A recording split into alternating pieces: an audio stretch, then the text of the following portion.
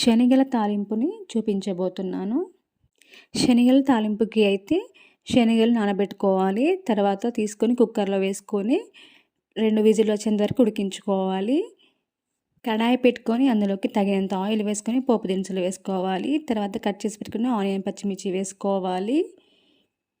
ఉల్లి ఆకు ఉంటే ఉల్లాకు వేసుకోవాలి. తర్వాత క్యారెట్ వేసుకోవాలి. అన్నిటినీ ఒకసారి కలుపుకోవాలి. తర్వాత కట్ చేసి పెట్టుకున్న కొత్తిమీర వేసుకోవాలి. అన్నీ ఫ్రై అయిన తర్వాత కొంచెం అల్లం వెల్లుల్లి పేస్ట్ వేసుకోవాలి. మీ దగ్గర వెల్లుల్లి ఉంటే వెల్లుల్లి రెబ్బలు కూడా వేసుకోండి. తర్వాత తగినంత పసుపు వేసుకొని కలుపుకోవాలి. తర్వాత సాల్ట్ వేసుకోవాలి. తర్వాత కారం వేసుకోవాలి.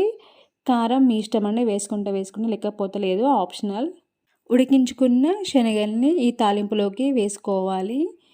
వేసుకొని ఒకసారి కలుపుకోవాలి. అంతేనండి, శనగల తాలింపు రెడీ అయిపోయింది. చాలా ఈజీగా చేసుకోవచ్చు.